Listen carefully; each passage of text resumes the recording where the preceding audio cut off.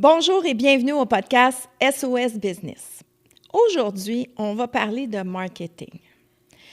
Il y a tellement d'entreprises qui sont aux prises avec des montants dépensés des centaines de milliers de dollars pour rien. Mais le marketing, on n'a pas le choix, il faut être là, il faut être présent au niveau digital. Puis là, j'ai des statistiques ici que je vais vous lire parce que c'était trop dur à tout retenir ça. Donc, Statistique Canada, il y a quand même, c'est un marché de 14 milliards de dollars de revenus, l'industrie de la publicité. Fait que c'est pas rien. Il y a, en 2023, il y a eu 14 milliards de dollars en pub en ligne au Canada qui a été fait. Au Québec, on a 2645 agences de publicité, puis ça vient du code industriel, ce chiffre-là. Et il y a le magazine Marketing Mag en 2021 qui a fait une étude internationale et qui a 33% des budgets marketing qui sont gaspillés à cause justement d'un mauvais projet, mauvais agent, mauvais.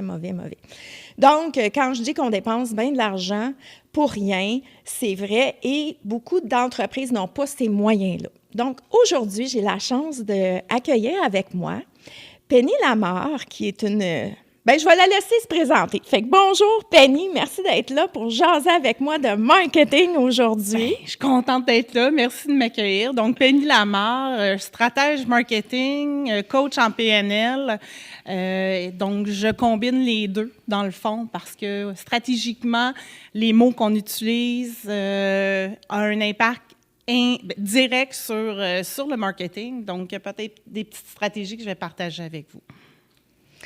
Merci beaucoup. La première question que je vais poser, c'est, je viens de dire, 33%. Il y a plein... Moi, personnellement, j'ai gaspillé bien de l'argent pour aucun résultat. Quel conseil tu peux donner pour aller chercher, parce que, tu sais, c'est pas vrai que 2645 agences puis que les 2645 vont apporter des résultats. Comment on peut bien choisir la personne qui va nous accompagner?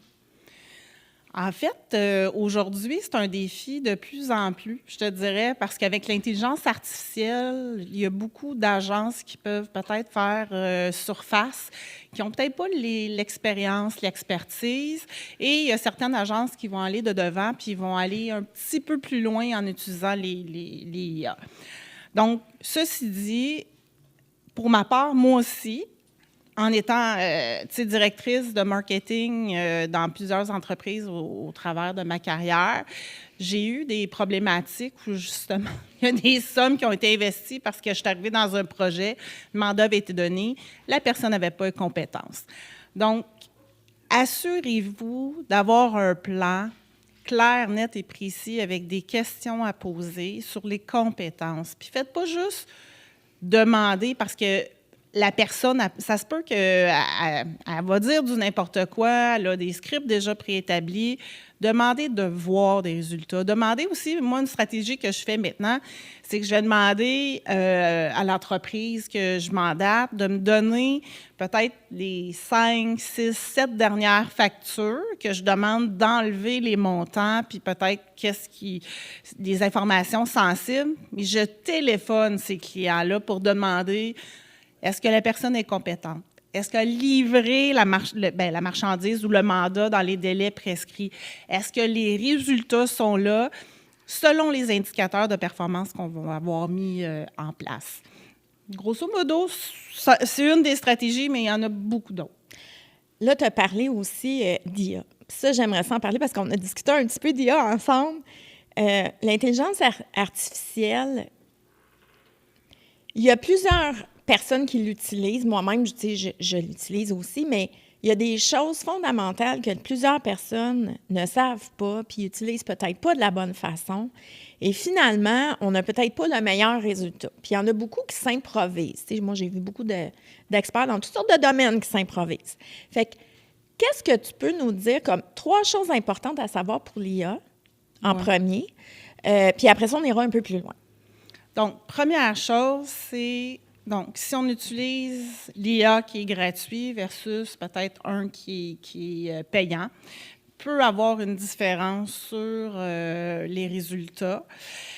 Aussi, en fait, c'est que l'intelligence artificielle a besoin des grandes lignes à suivre. Donc, aller explorer peut-être sur Internet, il y a plein de gens qui vont avoir des belles stratégies ou ce qu'on appelle des playbooks, où tu veux, par exemple, avoir qui, dans mon domaine, est présent puis qui a des bons résultats. La clientèle est peut-être similaire. Qu'est-ce qui se fait? Donc, demander spécifiquement à l'IA en disant, dans tel domaine, je voudrais avoir... en fait, tu peux faire du voyeurisme sur la compétition. Qu'est-ce qu'ils ont fait? Qu'est-ce qu'ils ont traqué? Qu'est-ce qui est des résultats en visibilité? Et peut-être dire, OK, dans tel sujet, exemple, dans un podcast, on peut dire, OK, quel sujet a été couvert? Quel sujet n'a peut-être pas été couvert? Donc, là, ça en fait peut-être 2 que je donne en travail. Donc, si je continue, c'est juste d'être clair. Puis, tu sais, l'intelligence artificielle, que ce soit ChatGPT, que ce soit Claude, que ce soit... Là, je vais probablement le dire de façon phonétiquement bizarre, Perplexity, c'est quelque chose dans ce genre-là. Donc, peu importe. Puis, il y a des CRM aussi. Donc, puis, le point de vigilance aussi, c'est que l'intelligence artificielle, c'est exponentiel la vitesse à laquelle présentement ça se développe parce que ça donne le code. Donc, il y a plein de choses qui émergent. Donc, ce que je sais aujourd'hui, dans 2 mois, c'est même plus valide, c'est même pas à jour. Fait qu'un des conseils, c'est de dire, gardez-vous à jour, allez trouver d'autres podcasts qui soient en français ou en anglais, dépendant de si vous êtes capable d'entendre l'anglais. Il y a plein d'experts qui vont donner des petites pépites d'or. Un peu comme toi qui donnes des pépites d'or avec ton podcast. Tu sais. Oui. Et là, je vais revenir à l'intelligence artificielle. Comment on peut détecter qu'une entreprise a utilisé, tu sais, qui nous charge, tu sais, parce que moi, j'ai vu des études qui ont été faites en de la créativité, tu sais, ils ont demandé, mettons, à plusieurs intelligences artificielles différentes de créer quelque chose. Ils ont demandé d'innover et ils ont demandé aussi à des humains. Mais l'intelligence artificielle n'arrivait pas à la cheville des humains. Donc, comment on peut savoir qu'une agence avec qui on fait affaire utilise beaucoup l'IA, puis moins peut-être de son capital humain, qui est vraiment essentiel, je pense, encore aujourd'hui, puis en tout cas, je vais vous raconter une anecdote après, pour se démarquer. Parce que là, tout le monde fait de l'IA, fait qu'on a toutes les mêmes choses, fait que l'humain est encore de plus en plus important, selon moi. Fait que, t'en penses quoi? Va toujours rester important, l'humain. Pourquoi? Parce que l'humain, c'est un être d'émotion. Il faut... Puis, en fait, c'est que l'humain reste le créateur, reste le peintre. Tandis que l'IA, c'est comme le pinceau. Pourquoi? Parce que l'IA n'a pas de cerveau de droite, qui est l'intuition, qui est la créativité. Donc, pour faire reconnaître... Ça dépend, parce que moi-même, je m'en sers. Parce que, en fait, c'est que j'ai des outils qui m'aident à exploser ma créativité. Mais, en bout de ligne, c'est moi qui reste le créateur en arrière de ça. Donc, si quelqu'un n'a pas l'expertise, n'a pas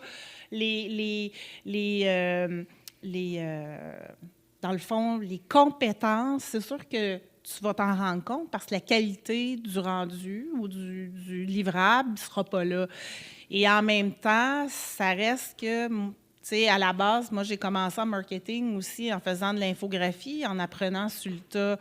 Donc, c'est sûr que les infographes, les gens qui font du vidéo, c'est des belles ressources de prendre des gens pour créer. Au lieu, des fois, l'IA peut peut-être juste bonifier. C'est ma pensée. Oui, bien, moi, c'est ça. Je me sers un peu de l'IA, puis des fois, je lui donne des lignes directrices, de moi des idées, trouve-moi, tu sais, comme dans mes podcasts. Je demande à l'IA, je vais avoir des statistiques, je mets tout, puis je dis, tu n'as pas le droit d'inventer, ça me prend la source, ça me prend le lien et tout ça. Donc, je l'utilise pour avoir des statistiques pertinentes pour chacun de mes podcasts. Fait que oui, c'est l'humain qui reste dans le siège, et si on n'a pas la compétence pour justement challenger puis voir si l'IA a fait un bon travail. Exemple, en traduction, si tu prends ce que l'IA a fait, tu le mets, bien peut-être que tes textes n'auront pas vraiment de sens. Une petite anecdote. Cette semaine, je nommerai pas la personne, mais c'est une personne qui est connue dans le domaine du marketing, avec qui j'ai parlé, puis je lui ai même offert un cadeau pour un de ses projets. On a eu plusieurs échanges, on se connaît. Et je reçois cette semaine un message LinkedIn en anglais. Je suis francophone, mais parce que moi, j'ai mis mon texte en anglais, parce que j'ai une clientèle internationale, je reçois un message en anglais, ça sent l'IA. Là, je lui ai écrit, j'ai dit, ça sent l'IA. Je suis vraiment déçue parce qu'on a échangé ensemble, on se connaît et je reçois ça. Donc, c'est une anecdote que je veux partager parce que l'IA, il ne va pas voir justement, tu sais, on sert beaucoup pour aller chercher des leads et tout ça qui est du marketing, mais à quelque part, l'IA, il ne va pas voir l'historique des discussions, puis justement, vous pouvez brûler. Oui, effectivement. Effectivement, surtout s'il y a un premier jet. Par contre, il y a des systèmes d'IA qui commencent en utilisant un API qu'on appelle, donc c'est comme une grosse pieuvre qui met une patte, par exemple, dans tes courriels, sur ton LinkedIn, sur différentes communications, puis il va avoir une logique, puis il va être capable de remettre le sens et des mots, mais il faut que tu aies donné du contenu, il faut que tu aies fait des playbooks, il faut que tu aies mis en place la structure. C'est certain que dans des communications, au niveau statistique, on passe 11 heures par semaine en gestion de courriel et de messages. Donc, pour une entreprise, pour les employés, c'est énorme. Donc, si on peut avoir des fois l'IA qui va dire, pas composer puis envoyer automatiquement, mais dire, OK, bon, tu as eu tel courriel, voici les priorités dans tes courriels ou dans tes messages, voici ce que je te propose. Et là, tu ajustes ton message. Donc, il peut y avoir un pré-message de fait, mais tu mets ta couleur dedans pour être sûr que la personne qui reçoit, bien, elle sait que c'est vraiment toi. Surtout dans un contexte où c'est une relation d'affaires, tu sais, puis que tu veux justement, tu veux continuer à bâtir, puis tu sais, quand on communique ensemble, là, je t'envoie pas bonjour, tu sais, Madame Perron, je vais dire bonjour Sonia, ça va? T'es mon amie, hey, salut Bella. Ben, c'est sûr que l'intelligence artificielle, elle sait pas que je t'appelle comme ça, tu sais? Non, c'est ça. Moi, ce que j'aime bien dire à l'IA quand je l'utilise, c'est OK, je vais sonialiser le tout, puis je te reviens avec la version finale parce que je veux qu'il apprenne de plus en plus ma façon de m'exprimer. Mais oui, c'est vrai, l'humain a sa touche, on a notre couleur, puis c'est vraiment important de mettre ça avec. Tout à fait. Puis, tu sais, dépendant, on va prendre, tu sais, ChatGPT. Bon, on a la version gratuite, on a la version à 20 $ US, on a la version à 200 $ US. Et c'est certain que à la base, quelqu'un qui va utiliser le 20 $ ou le gratuit ou le 20 $, tu sais, tantôt, tu posais la question, puis je vais refaire du pouce là-dessus, puis ça me revient. Tu sais, comment je différencie l'entreprise qui utilise l'IA pour peut-être utiliser la créativité, il n'y a peut-être pas nécessairement l'expertise pour ajuster puis tweaker tu sais, la communication ou l'approche de qu'est-ce que j'ai besoin comme entreprise au niveau marketing. Mais c'est certain que en fait, à la base, celui de 20 $, puis il va toujours te dire « Oui, c'est super beau, good job », puis il va te donner quelques modifications.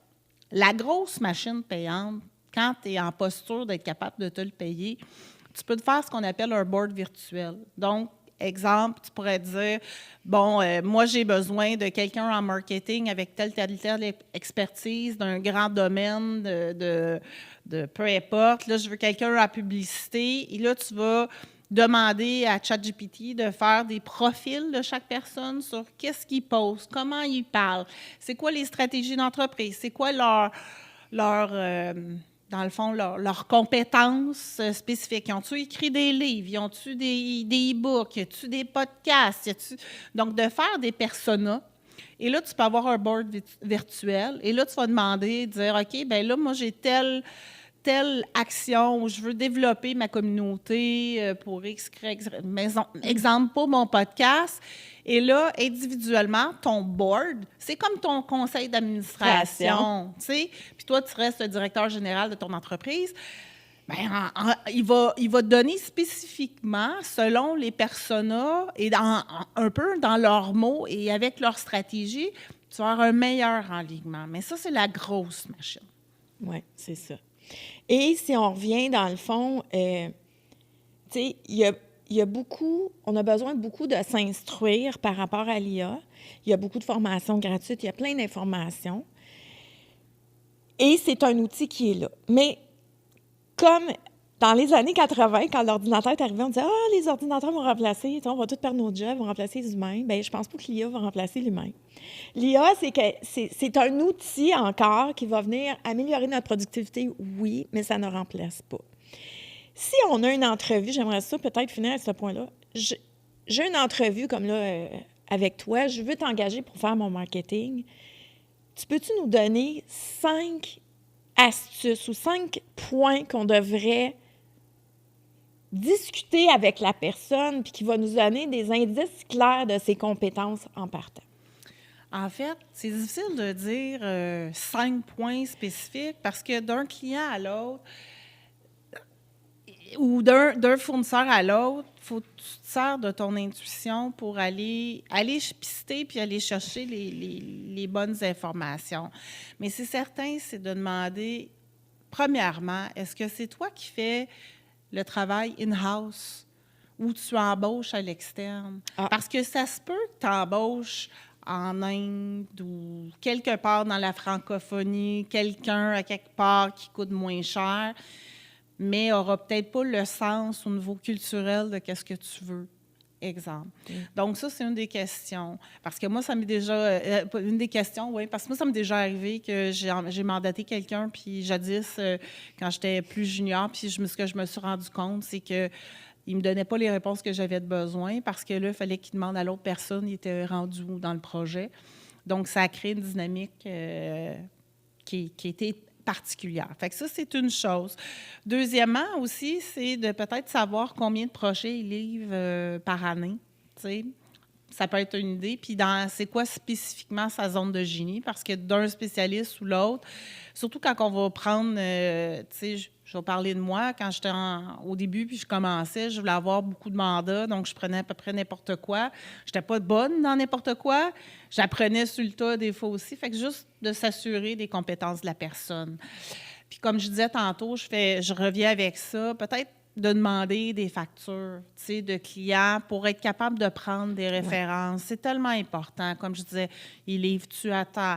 C'est-tu la qualité de ce que je m'attendais? Est-ce que j'ai des résultats avec ce que... Tu sais, si je veux avoir plus de ventes que mon indicateur de performance ou mon call to action, l'action que je veux avoir de ma communication, c'est-tu augmenter ma notoriété? Est-ce que c'est bâtir une clientèle fidèle? Est-ce que c'est de faire, des fois, dans mon processus, surtout quand je commence en entreprise, bien, il faut que je fasse de l'éducation. Des fois, dans un domaine, exemple, l'intelligence artificielle, les gens ne connaissent pas.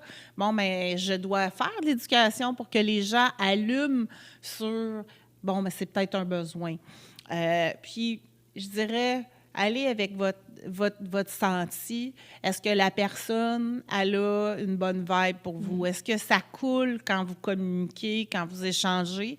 Puis, parce que la vente, bien, ça reste que c'est le plus vieux métier du monde. Donc, généralement, marketing égale vente. Donc, la personne doit être capable vraiment bien de se vendre.